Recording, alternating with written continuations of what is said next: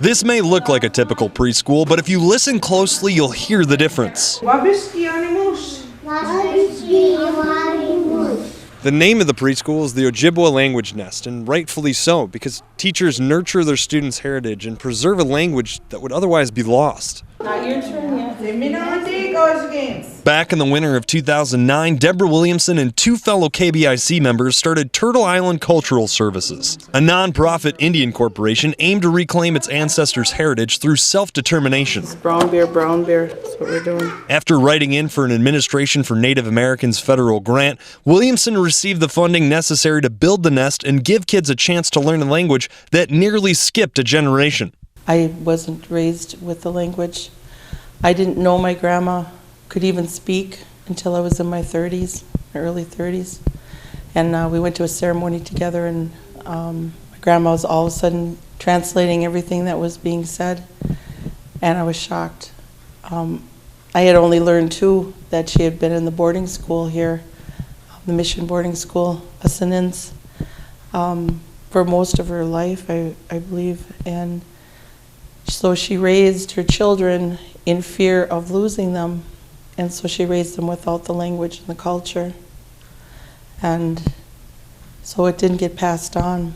So my mom didn't learn the language, and it wasn't passed on to us. But by the mid-'80s, both Deborah and her mother changed their lives. They stopped drinking and reinvented themselves around the culture. The first step, a traditional ceremony for Deborah's daughter, Christine. I think I cried for 2-3 hours after that ceremony. But I made a commitment that I was going to bring that language and culture back into my family, into our lives. And that was what's been missing to keep us whole. And I've watched my family be strong.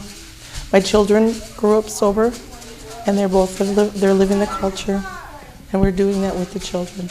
We believe that when the children grow up with their language and culture, they're going to have a strong identity, and they're going to make better choices in their lives. Tell everybody to line up.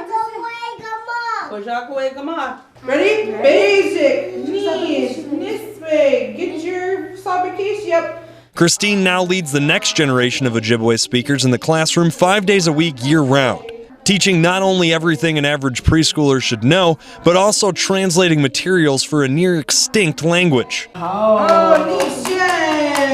Each week I do a new lesson. Some are with books, some are with the seasons, some are with whatever's going on, holidays. But yes, when it comes to lessons, we do all of our own. We have to translate whatever we're going to learn, and it's definitely a bigger task than most. But if it wasn't for Christine and Deborah and everyone else that contributes to the Language Nest, Ojibwe might be lost forever. In the 70s, I had found a report that we had, I think it was about 15 speakers left, but from then till now, we only have one.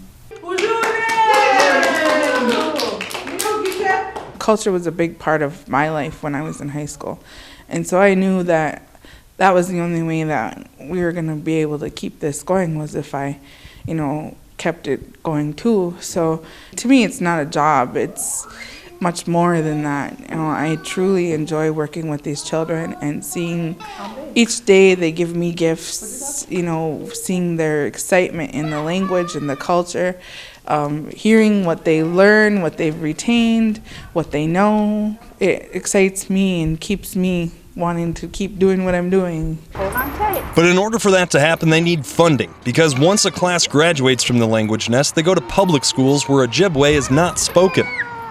The next level will be a survival school, Ojibwe Survival School, and we're waiting to hear on that grant.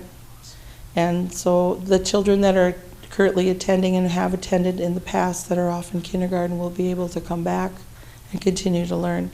So that's the only way that I have figured out to keep the language alive, is to keep it involved and incorporate it within their school. These kids are so excited about what they're learning and doing that they bring it home, and they teach their parents, and they're teaching their siblings, and the parents are excited to learn with them and keep going. So I hope that spark keeps them learning and keeps them going, doing what they're doing.